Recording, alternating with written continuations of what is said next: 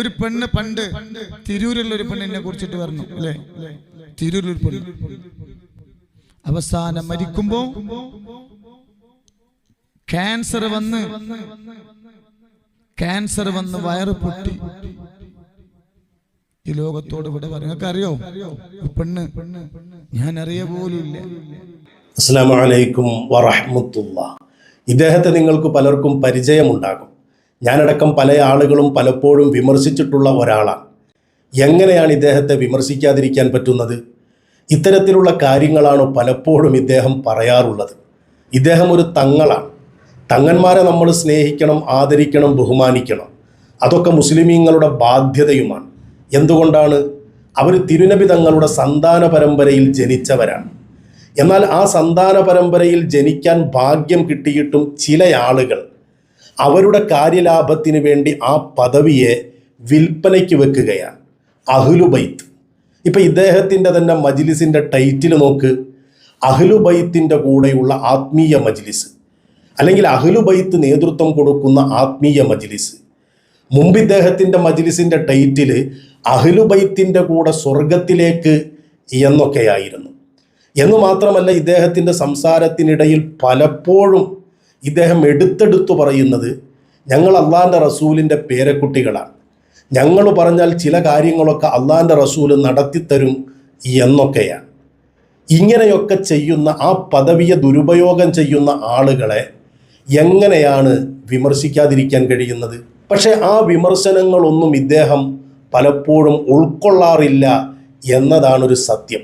ഇപ്പം നിങ്ങൾ കേട്ട ആ സംസാരം, ഇദ്ദേഹത്തെ വിമർശിച്ച ഒരു പെണ്ണ്, അവർ മരിച്ചും പോയി. അവർക്ക് ക്യാൻസർ വന്നിട്ടാണ് മരിച്ചത്.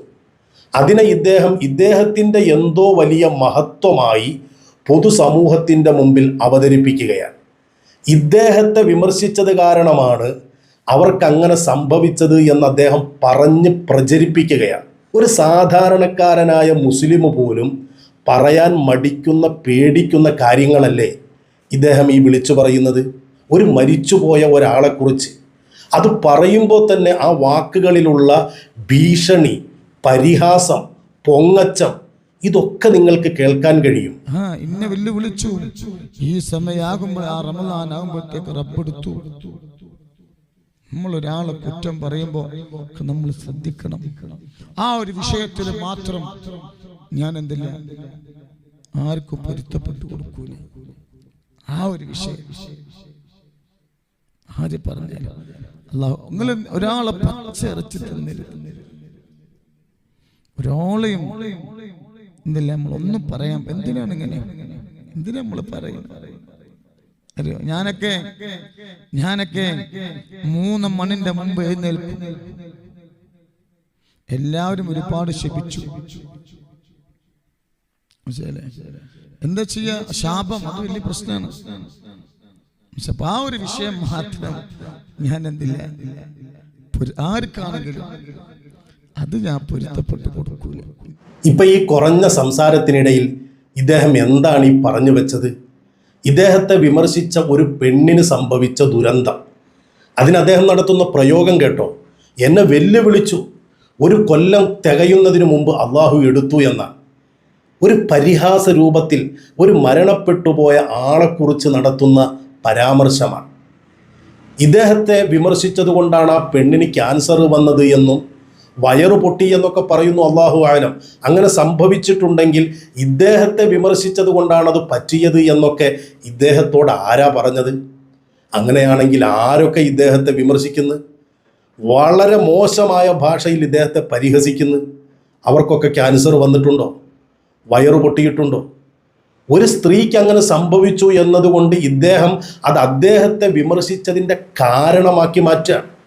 എന്നിട്ട് പറയാം, ഞാൻ 3 മണിക്ക് മുമ്പേ എഴുന്നേൽക്കുന്ന ആളാണ്. ഇതൊക്കെ പൊതുസമൂഹത്തോട് പറയുന്നത് എന്തിനാ? എന്താണ് ഇതിൻ്റെയൊക്കെ ഉദ്ദേശം? ഇതിൻ്റെയൊക്കെ ലക്ഷ്യം എന്താണെന്ന് ചിന്തിക്കാൻ ഇത് കേട്ടോണ്ടിരിക്കുന്ന ആളുകൾക്ക് കഴിയുന്നില്ലേ? എന്നിട്ട് ശാപം കിട്ടുമത്രേ. ഇദ്ദേഹത്തെ വിമർശിക്കാൻ പാടില്ല എന്ന, പച്ചയിറച്ചി തിന്നരുത് എന്ന് അദ്ദേഹം പറയുന്നുണ്ട്. ശരിയാണ്, ഒരാളെക്കുറിച്ച് ഗീബത്ത് പറയരുത്. പക്ഷേ അയാൾ ദീനിന് വിരുദ്ധമായ, ശറഇന് വിരുദ്ധമായ കാര്യങ്ങളാണ് പറയുന്നതെങ്കിൽ പൊതുസമൂഹത്തിൻ്റെ മുമ്പിൽ അത് വിശദീകരിച്ചു കൊടുക്കണ്ടേ? ഇദ്ദേഹത്തെ വിമർശിക്കുന്ന എല്ലാ ആളുകളോടും, വിമർശിക്കുന്ന എല്ലാ ശൈലികളോടും എനിക്ക് യോജിപ്പൊന്നുമില്ല. വളരെ വൃത്തികെട്ട രീതിയിൽ വിമർശിക്കുന്ന ആളുകളൊക്കെയുണ്ട്, അത് ശരിയുമല്ല. എന്നു മാത്രമല്ല, ഇദ്ദേഹം എന്ത് ചെയ്താലും വിമർശിക്കുന്ന ആളുകളുമുണ്ട്, അതും ശരിയല്ല. ദീനിന് നിരക്കാത്ത പ്രവർത്തനങ്ങളാണോ അതിനെ നമ്മൾ കൃത്യമായി ചൂണ്ടിക്കാണിച്ചുകൊണ്ട് വിമർശിക്കുക. അവിടെ തങ്ങളാണ് എന്ന് കരുതി മിണ്ടാതിരിക്കാൻ പറ്റുമൊന്നുമില്ല. ഇപ്പം ഇദ്ദേഹം പറയുന്നത് അതാണ്. ഒരു സ്ത്രീ അദ്ദേഹത്തെ വിമർശിച്ച കാരണം കൊണ്ട് 1 കൊല്ലം തികയുന്നതിന് മുമ്പ് അള്ളാഹു എടുത്തു എന്നാണ്. എങ്ങനെയാ നിങ്ങൾക്കിത് പറയാൻ കഴിയുന്നത്? ഒന്നില്ലെങ്കിൽ അവർ മരിച്ചുപോയില്ലേ? മരണപ്പെട്ടു പോയ ഒരാൾക്ക് പൊരുത്തപ്പെട്ടു കൊടുക്കുകയെങ്കിലും വേണ്ടേ? ഒരു യഥാർത്ഥ മുസ്ലിമിനുണ്ടാകേണ്ട സ്വഭാവം അതല്ലേ? എന്തെങ്കിലുമൊക്കെ പ്രയാസം നേരിട്ടാലും ക്ഷമിച്ചു കൊടുക്കുക, പൊരുത്തപ്പെട്ടു കൊടുക്കുക. ഇദ്ദേഹം വലിയ അഭിമാനത്തോടു കൂടി പറയുന്നത് അതുമാത്രം ഞാൻ പൊരുത്തപ്പെട്ടു കൊടുക്കൂല എന്നാണ്. എന്ത്? ഇദ്ദേഹത്തെ വിമർശിക്കുന്നത്. ഇദ്ദേഹം ഒരു ആത്മീയ നേതാവായിട്ടാണല്ലോ കുറേ ആളുകൾ അദ്ദേഹത്തെ കാണുന്നത്. അദ്ദേഹമാണ് ഈ പറയുന്നത് ഞാൻ പൊരുത്തപ്പെട്ടു കൊടുക്കൂല. ഇത് അള്ളാന്റെ റസൂലിൻ്റെ പേരക്കുട്ടികൾക്ക് യോജിച്ച പണിയാണോ? ഒരു സാധാരണക്കാരനായ മുസ്ലിം പോലും അയാളോട് എന്തെങ്കിലുമൊക്കെ ചെയ്തിട്ടുണ്ടെങ്കിൽ മരിച്ചു എന്ന് കേൾക്കുമ്പോഴേക്കും മനസ്സിനൊരു വേദനയുണ്ടായിട്ട് അയാളോട് ചെയ്തത് പുറത്തു കൊടുക്കാറുണ്ട്, പൊരുത്തപ്പെട്ടു കൊടുക്കാറുണ്ട്. ഇദ്ദേഹമോ ആ മരിച്ച സ്ത്രീയെ പരാമർശിക്കുമ്പോൾ പോലും നടത്തുന്ന പദപ്രയോഗങ്ങൾ, എന്നിട്ട് പൊരുത്തപ്പെട്ടു കൊടുക്കൂല എന്ന് ഉറക്കെ പറയാൻ. അള്ളാൻ്റെ അടിമകളല്ലേ? എത്രയോ തെറ്റ് നമ്മൾ അള്ളാഹിനോട് ചെയ്യുന്നത്. ആ അള്ളാഹു നമുക്ക് പുറത്തു തരണമെങ്കിൽ നമുക്കിടയിലുള്ള ആളുകളോട് പരസ്പരം പൊറുക്കാനും പൊരുത്തപ്പെടാനും ഒക്കെ നമുക്കൊരു മനസ്സുണ്ടാകണ്ടേ? ഇത് നമ്മുടെ ഇടയിലുള്ള ആളുകളോട് പൊറുക്കാതെ പൊരുത്തപ്പെടാതെ പടച്ചോൻ്റെ മുമ്പിൽ പടച്ചോനെ എനിക്ക് പുറത്തു തരണം എന്ന് പറഞ്ഞ് കൈ ഉയർത്തിയിട്ട് വല്ല കാര്യമുണ്ടോ? എന്താണ് ഇദ്ദേഹം ഈ പറയുന്നത്? ഞാൻ പൊരുത്തപ്പെട്ടു കൊടുക്കൂല എന്നാണ്. അദ്കിയ എന്ന് പറയുന്ന ഒരു ചെറിയ ബൈത്തിൻ്റെ കിതാബുണ്ട്. നമ്മുടെ സ്വഭാവമൊക്കെ സംസ്കരിക്കുന്നത് പഠിപ്പിക്കുന്ന ഒരു കിതാബാണ്. അതിനകത്തൊരു 2 വരി പദ്യം കാണാം. ലിസലാമത്തി ദുനിയാ ഖിസാലുൻ അർബഉ വഫറുൽ ലിജഹിലിൽ ഖൗമി മൻഉക തജ്ഹലാ വതകൂനു മിൻ സൈബിൽ അനാസി യായിസാ വലിസൈബി നഫ്സിക ലില്ലനാസി ബാദിലാ. ഈ പദ്യം വിശദീകരിച്ചുകൊണ്ട് കിഫായത്തുൽ അത്ഖിയ എന്ന് പറയുന്ന അതിൻ്റെ ശറഹിൽ പറയുന്നത് കാണാം. ഈ 2 വരി ബൈത്തുകൾ വന്നിട്ടുള്ളത് അഹ്മദ് ബിൻ ഹംബൽ റളിയല്ലാഹു അൻഹുവിനോട് ഹാത്തിമുൽ അസം എന്ന് പറയുന്ന ഒരു മഹാൻ പറഞ്ഞ വാക്കുകളിൽ നിന്നാണ്. മഹാനായ അഹ്മദ് ബിൻ ഹംബൽ റളിയല്ലാഹു അൻഹു ഹാത്തിമുൽ അസം റളിയല്ലാഹു അൻഹുവിനോട് ചോദിച്ചു, മസ്സലാമത്തു മിനദ് ദുനിയ, ദുനിയാവിൽ നിന്ന് രക്ഷപ്പെടാനുള്ള കാര്യങ്ങൾ എന്തൊക്കെയാണ്? അതിന് മഹാനവറുകൾ കൊടുത്ത മറുപടി, ലാ തസ്ലമു മിൻഹാ ഹത്താ യകൂന ഇൻദക അർബഉ ഖിസാൽ, 4 കാര്യങ്ങൾ നിനക്കുണ്ടെങ്കിലേ നിനക്ക് ഈ ദുനിയാവിൽ രക്ഷപ്പെടാൻ കഴിയൂ. അതിലൊന്നാമത്തത് അൻ തഗ്ഫിറ ലിൽ ഖൗമി ജഹ്ലഹും, അറിവില്ലാത്ത ആളുകളുടെ വിവരക്കേടിനെ നീ അവർക്ക് പുറത്തു കൊടുക്കണം. ഇപ്പം ഇദ്ദേഹത്തെ വിമർശിച്ച ആളുകൾ അതിൽ അറിവില്ലാതെ തീരെ അന്തമില്ലാതെയൊക്കെ ചില ആളുകൾ എന്തൊക്കെയോ പറഞ്ഞിട്ടുണ്ട്. അതൊക്കെ പൊരുത്തപ്പെട്ടു കൊടുക്കുക എന്നതാണ് ഒരു മനുഷ്യൻ്റെ ദുനിയാവ് രക്ഷപ്പെടാനുള്ള കാരണം. അപ്പോൾ പിന്നെ ആഖിറത്തിൻ്റെ കാര്യം പറയണോ? എന്നിട്ട് പറയാണ്, നിന്റെ വിവരക്കേടിനെ തൊട്ട് അവരെയും തടയണം എന്ന് പറഞ്ഞാൽ അവരോട് നീ വിവരക്കേട് പറയാൻ പാടില്ല. സ്വലാത്തു മജ്ലിസ് എന്നും പറഞ്ഞിരുന്നിട്ട് എന്തെങ്കിലുമൊക്കെ ഇങ്ങനെ ദീനിന് വിരുദ്ധമായതോ മനുഷ്യന് കേൾക്കാൻ പറ്റാത്തതോ ഒന്നും പറയാൻ പാടില്ല. ഞാൻ 3 മണിക്ക് എഴുന്നേൽക്കുന്ന ആളാണ് എന്നൊക്കെ പൊതുസമൂഹത്തോട് പറയാൻ പറ്റുന്ന കാര്യമല്ല.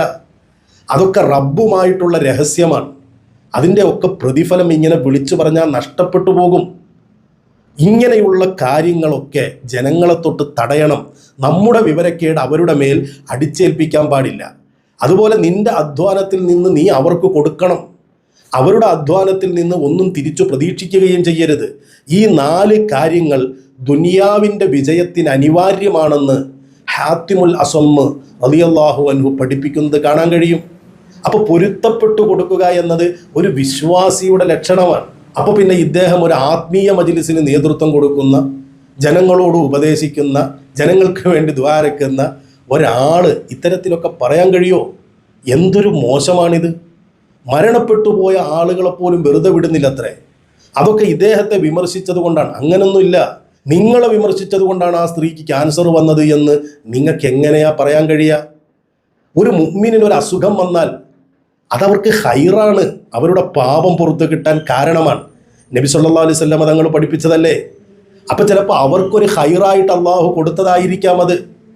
അവരുടെ വയറു പൊട്ടി എന്ന് പറയുന്നു, അതൊക്കെ എന്തോ ഒരു നിസാരം പോലെ ഇങ്ങനെ അവതരിപ്പിക്കുന്നത് കേൾക്കുമ്പോൾ സത്യത്തിൽ സങ്കടം തോന്നാണ്. ഇതൊന്നും ഒരു ആത്മീയ മേഖലയിൽ നിൽക്കുന്ന ഒരാൾക്ക് യോജിച്ച പണിയല്ല, പറയാൻ പറ്റുന്ന വാക്കുകളല്ല. നമ്മുടെയൊക്കെ എത്രയെത്ര ഉസ്താദുമാരുണ്ട്, അവരെയൊക്കെ ആരൊക്കെ എന്തൊക്കെ വിമർശിക്കുന്നു. അവർ പറയുന്നത് എന്താ? പറഞ്ഞതെന്നല്ല, ഇനി പറയാനുള്ളതും കൂടി പൊരുത്തപ്പെട്ടു എന്ന് പറഞ്ഞാൽ അള്ളാൻ്റെ പൊരുത്തം കാക്ഷിക്കുന്നവർ പടപ്പുകളോട് പൊറുക്കാൻ മനസ്സുള്ളവരായിരിക്കും. ഇത് പൊതുസമൂഹത്തിൻ്റെ മുമ്പിൽ വന്നിട്ട് എന്നെ വിമർശിച്ചപ്പോൾ 1 കൊല്ലം തികയണതിന് മുമ്പ് അള്ളാഹു അങ്ങ് എടുത്തു എന്നൊക്കെ ഒരു പരിഹാസ രീതിയിൽ എന്നെ വിമർശിക്കുന്നവർക്ക് ഇങ്ങനെയൊക്കെ സംഭവിക്കുമെന്ന ഭീഷണിയുടെ സ്വരത്തിൽ ഞാൻ എന്തോ വലിയ സംഭവമാണെന്ന രീതിയിൽ 3 മണിക്ക് മുമ്പേ എഴുന്നേൽക്കുന്ന ആളാണെന്നൊക്കെയുള്ള പൊങ്ങച്ചം, ഇതൊന്നും ചേർന്ന പണിയല്ല ഒരു മുസ്ലിമിന്. അതുകൊണ്ട് തന്നെ ഇത്തരത്തിലൊക്കെയുള്ള ആളുകളുടെ മുമ്പിൽ പോയി നിൽക്കുന്നവർ തലച്ചോറില്ലേ നിങ്ങൾക്ക്? ആലോചിക്കാൻ ആൾതാമസമില്ലേ തലയിൽ? അഹ്ലുബൈത്തിൽ ജനിക്കാൻ ഭാഗ്യം കിട്ടി എന്നത് ഒരു വിൽപ്പനച്ചരക്കാക്കേണ്ട കാര്യമാണോ? നന്നായിട്ട് നിങ്ങൾ ചിന്തിച്ചോളൂ. നമ്മുടെ സമ്പത്തും സമയവും ചിലപ്പോൾ ഈമാനും വരെ ഇങ്ങനെയൊക്കെയുള്ള സ്ഥലത്ത് പോകുമ്പോൾ നഷ്ടപ്പെട്ടു പോകും.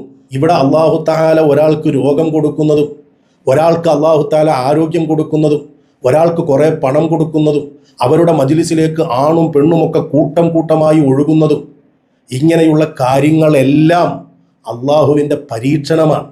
നിങ്ങളുടെ മജ്ലിസിലേക്ക് ആളുകൾ കൂട്ടം കൂട്ടമായി ഒഴുകുന്നുവെങ്കിൽ അത് നിഅമത്താണ് എന്ന് നിങ്ങൾക്ക് തോന്നിയേക്കാം. പക്ഷെ അതും പരീക്ഷണമാണ് എന്ന് ചിന്തിച്ച് പ്രവർത്തിക്കാൻ ഒരു കരുത്തുണ്ടാകണം, ഒരു കഴിവുണ്ടാകണം. അല്ലാതെ അതെടുത്ത് കാണിച്ചിട്ട്, ഒരു പെണ്ണിന് രോഗം വന്നത് എടുത്ത് കാണിച്ചിട്ട് വലിയ മഹത്വം പറയുകയൊന്നുമല്ല വേണ്ടത് എന്ന് വിനയത്തോടെ ഓർമ്മപ്പെടുത്താൻ. അസ്സലാമു അലൈക്കും വറഹ്മത്തുള്ളാഹി.